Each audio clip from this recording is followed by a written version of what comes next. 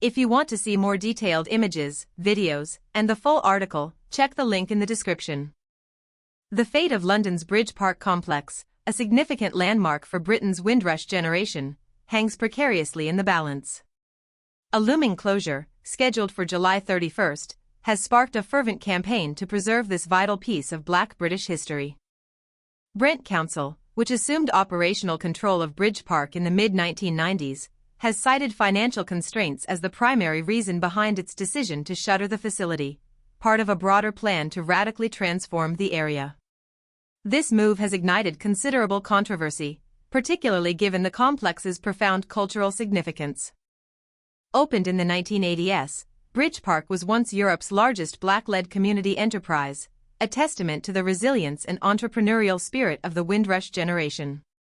Its origins trace back to 1981, when a disused Stonebridge bus depot, previously employing many from the Windrush generation, was repurposed by the Harlesden People's Community Council.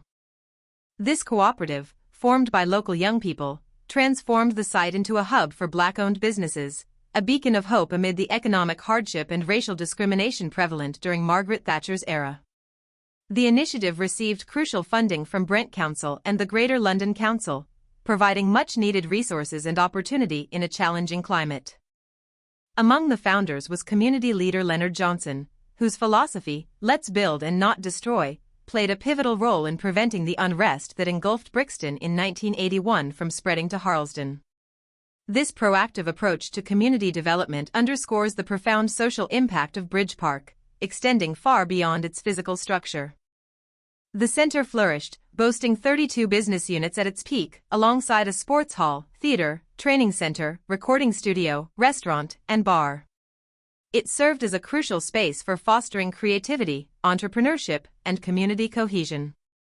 Notable figures like Ray Farron of the Royal Shakespeare Company and Premier League footballer Raheem Sterling spent their formative years within its walls, highlighting the lasting influence of Bridge Park on individuals and the wider community.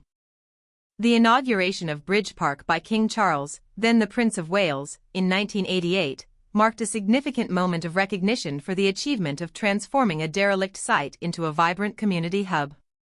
While the focus shifted from enterprise to sports, leisure, and events following the council's takeover, the centre remained a well-utilized and cherished community asset, embodying the enduring legacy of its founders. However, the council's assertion that the estimated £1.5 million needed to bring the building up to safety standards represents an inefficient use of public funds has sparked heated debate.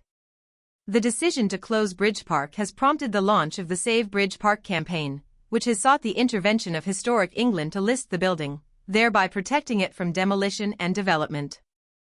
This initiative has garnered substantial support, including endorsements from Labour MP Don Butler, Paul Boateng, the UK's first Black cabinet minister, and broadcaster Trevor Phillips. These high-profile endorsements underscore the widespread recognition of Bridge Park's historical and cultural significance. The campaign argues that Bridge Park's value transcends mere financial considerations. It represents a tangible link to the past, a legacy that cannot be replicated or easily replaced. Lawrence Farron, one of Bridge Park's founders, poignantly articulated this sentiment, stating, "Bridge Park is not just a building. It's a testament to the dreams of the Caribbean diaspora and the legacy of my generation, who dared to build a better future against the odds." This powerful statement encapsulates the emotional resonance the complex holds for the community and its deep connection to the Windrush generation's history in Britain. Brent Council, while acknowledging Bridge Park's historical importance, maintains its position that the costs of refurbishment are unsustainable. Council leader Muhammad Butt stated, "I understand the deep affection that local people have for Bridge Park, but it's simply not financially sustainable to keep it open. Instead, we want to get on with building a brand new leisure centre for the community, which will be more than double the size and purpose-built." The council's proposed alternative, a larger, purpose-built leisure centre, doesn't fully address the concerns of campaigners, who argue that replacing a building rich in history and community significance with a new structure fails to capture the irreplaceable cultural heritage embodied by Bridge Park. Rebecca Marcus, a researcher and co-lead of the Save Bridge Park campaign, emphasized the unique architectural value of the complex, stating, "It's a really amazing, early example of adaptive reuse." There's an idea that for a building to be of architectural merit it needs to be designed by a star architect and subscribe to a specific style. But if our heritage is actually going to reflect the nation, then we have to be inclusive in the way we think about these things. Buildings hold a tangible connection to the past that can't be captured by words or photographs. This perspective highlights the broader debate surrounding the preservation of historically significant structures that may not conform to traditional notions of architectural merit but hold immense cultural and social value. The decision rests with Historic England, which is expected to announce its verdict this summer. The outcome will not only determine the future of Bridge Park but also set a significant precedent for the preservation of similar community-led initiatives and the recognition of the contributions of marginalized communities to the nation's cultural heritage.